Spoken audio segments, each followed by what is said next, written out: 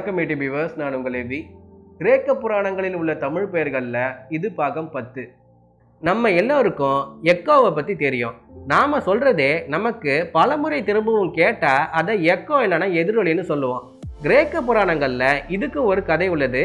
Eco எனப்படும் தேவதை எதிரொலியை குறிக்கும் தேவதை ஆவார். இக்கோ என்றால் கிரேக்கத்தில் ஒளி என்று பொருள். ஹெரா என்ற கிரேக்க கடவுள் இக்கோவை சபித்ததாலேயே அவர் பலமுறை மற்றவர் சொன்ன சொற்களை எதிரொலிக்கிறாராம். தமிழில் எக்கம் என்ற ஒரு சொல் உள்ளது. எக்கம் என்பதற்கு தாளம் மற்றும் ஒருதலை பறை என்ற பொருள்கள் உள்ளன. தாளம் என்பது பாடுகையர் காலத்தை அறுதியிடும் அளவு ஆகும்.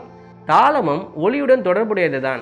மேலும் பாடுவதற்கேற்ப தாளமும் ஒரு சேர எதிரொலிக்க வேண்டும். எனவே இக்கோ, எக்கோ, எக்கம் இவை அனைத்தும் ஒரே மாதிரியான சொற்களே. அடுத்து நாம் பார்க்க போகிற பெண் கடவுள் எஃப்சேவியா. இந்த சொல்ல உள்ள எஃப் என்பது நல்லது என்பதை குறிக்கும் முன்னோட்டுன்னு நம்ம ஏற்கனவே பார்த்துருப்போம். சேவியா என்பதற்கு பெருமதிப்பு என்ற பொருள் உள்ளது. மேலும் எஃப்சேவியா கடமை, நேர்மை போன்றவற்றை குறிக்கும் கடவுளும் ஆவார். தமிழில் சேவைனா பணிவுடை, அதாவது சர்வீஸ் என்ற பொருளும் உள்ளது. பணிவுடை, கடமை இவையெல்லாம் ஒன்றோடொன்று தொடர்புடைய சொற்களே. கிரேக்க புராணங்களில் எளிமை மற்றும் பழமையை குறிக்கும் பெண் கடவுள் அஃபல்யா. இவர் கடந்த கால நல்ல நாட்கள் என்பதையும் குறிக்கிறார். தமிழில் இஃப் என்ற ஒளி இல்லை, இஃப்க்கு பதிலில் இப் என்ற ஒளியை தான் பயன்படுத்துவோம். அப்போ அஃபல்யாவை அப்பல்யா என்று தான் கூறுவோம். தமிழில் பால்யம் என்ற சொல் குழந்தை பருவத்தை குறிக்கிறது. அஃபல்யா என்ற சொல்ல பால்ய என்ற உச்சரிப்பு வருவதை பாருங்க. மேலும் குழந்தை பருவம் என்ற பொருளும் கடந்த கால நல்ல நாட்கள் என்ற பொருளோடு ஒத்துப்போகிறது. அடுத்து ஒரு நீர் தேவதையை பற்றி பார்க்கலாம். இவர் பெயர் திண்ணமேனி. இவர் பெயருக்கு திறனுடைய, அவளால் முடியும் போன்ற பொருள்கள் உள்ளன. தமிழில் திண்ணம் என்ற சொல்லுக்கு உறுதி என்ற பொருள் உள்ளது. ஒரு செயலில் உறுதியாக இருந்தால்தான் அதில் திறன் உண்டாகும். எனவே திண்ணமேனி, திண்ணம் இவை இரண்டும் ஒரே மாதிரியான சொற்களே. கிரேக்க ஒலிம்பியன் கடவுள்களில் மிக பிரபலமான கடவுள் ஹெஃபாஸ்டஸ். இவர் கொல்லர், உலோக வேலை, உலோகவியல், கைவினை இவற்றை குறிக்கும் கடவுள் ஆவார். கிரேக்க கடவுள்கள் எல்லாம் உருவகங்கள் என்பது நமக்கு முன்பே தெரிந்ததே. உலோக வேலை செய்வதற்கு உலோகம் வேண்டும். அந்த காலத்தில் இரும்பு தான் ஆயுதங்கள் செய்ய பயன்பட்டது. இரும்புக்கு பசாசம் என்ற பெயரும் உள்ளது. ஹெஃபாஸ்டஸ், பசாசம் இவை இரண்டும் ஒரே மாதிரியான பெயர்களே. கிரேக்க கடவுள்களில் தெவிட்டல் மற்றும் இகழ்ச்சியை குறிக்கும் கடவுள் கோரோஸ். தமிழில் கோரணி என்ற சொல் கேலிக்கூத்தை குறிக்கிறது. இது ஆங்கிலத்தில் மாக்கரின்னு சொல்லுவாங்க. மாக்கரியில் இகழ்ச்சி இருக்கும் என்பதை அறிக.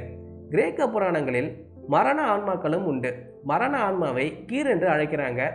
இந்த பெண் ஆன்மாக்கள் கொடூர மரணத்தை குறிக்கின்றனர். தமிழில் கீறு என்ற சொல் ஒரு பல்பொருள் ஒரு மொழியாகும். கீருக்கு ஆயுதத்தால் அறு, வகிர், கிழி போன்ற பொருள்கள் உள்ளன. சூரியோதயம் இல்லையில் மனிதனின் கண்மொழிக்கும் புலனை உணர்த்தும் பெண் கடவுள் எலக்ட்ரியோனி. பண்டைய கிரேக்க மொழிகளில் ஒன்றான டோரி கிரேக்கத்தில் இச்சொல் சேவலை குறிக்கின்றது. தமிழில் எள்ளி எறிவன் என்ற சொல் கதிரவன் வருவதை சொல்லும் சேவல் என்ற பொருளில் வருகிறது. எல் என்றால் கதிரவன் என்பது நமக்கு முன்பே தெரியும். ஆனால் எலக்ட்ரியோனி, எள்ளி எறிவன் இவ்விரண்டிலும் உச்சரிப்பு ஒற்றுமை இல்லையே என்று தோணலாம். எலக்ட்ரியோனி என்ற சொல்லில் வரும் இக்கு, இட்டு என்ற எழுத்துக்களை மட்டும் நீக்கி பாருங்கள். எலரியோனி என்ற சொல் வரும். இதில் எல், அரியோன் என்ற சொற்கள் கதிரவனை அறிபவனான சேவல் என்ற பொருளை தருகின்றன. ஹெக்காட்டி என்ற பெண் கடவுள் மந்திரம், சூனியம் போன்றவற்றை குறிக்கும் பெண் கடவுள் ஆவார். தமிழில் ஏகாட்சரி என்ற சொல் ஓரெழுத்தால் ஆகிய மந்திரத்தை குறிக்கின்றது.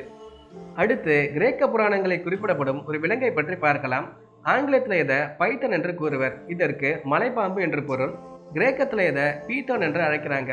இதற்கு பாம்பு என்ற பொருள் என்றாலும் இது பண்டைய புராண விலங்கான டிராகனையும் குறிக்கும்.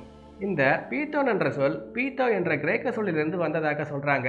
மேலும் இந்த சொல்லும் புரோட்டோ இண்டோ யூரோப்பியன் சொல்லான டிவோ என்ற சொல்லிலிருந்து வந்ததாக சொல்கிறாங்க. இதற்கு ஆழம், ஓட்டை, அடி போன்ற பொருட்கள் உள்ளன. ஆனால் டிவோ என்ற புரோட்டோ இண்டோ யூரோப்பியன் சொல் பீத்தோ என்ற உச்சரிப்போடு ஒத்து வரவில்லை. மேலும் பீத்தோ என்ற உச்சரிப்பிலிருந்து வந்த சொற்களான பீத்தகோரஸ் போன்ற சொற்களை எழுதுகையில் புத்தகோரோஸ் என்றும் எழுதுகிறார்கள். இங்கே பி, பூ என்ற உச்சரிப்பாக மாறுவதை அறிக. ஆழம், ஓட்டை, அடி போன்றவை உள்ள ஒரு பொருள் புத்து ஆகும். புற்று என்பது கரையான் கட்டிய மண்கூடாகும். புற்று திரிந்து புத்து என்று அழைக்கப்படுகிறது. எனவே புத்து என்ற சொல்லிலிருந்து பீத்தோ என்ற சொல் வந்து பின் பீத்தோன் என்று மாறியிருக்கலாம். பாம்பு புத்தில் இருக்கும் என்பதையும் அறிக. அடுத்து ஒரு திட்டான் கடவுளை பற்றி பார்க்கலாம். இவர் பெயர் தியோனி. இவர் ஒரு பெண் கடவுள் ஆவார். இவர் ஒரு ஆரக்கிள், அதாவது அறிவுரை கூறும் ஆலோசகர் ஆவார். தமிழ்ல தியானி என்றால் விடாது சிந்திப்பவன் என்று பொருள். தியோனி, தியானி இவை இரண்டும் ஒரே மாதிரியான சொற்களே. இன்னைக்கு நம்ம பதிவுல கிரேக்க புராணங்களில் உள்ள மேலும் சில தமிழ் பெயர்களை பார்த்தோம். அடுத்த பதிவுல மீண்டும் சந்திப்போம். இப்படிக்கு உங்கள் எவ்வி. நன்றி, வணக்கம்.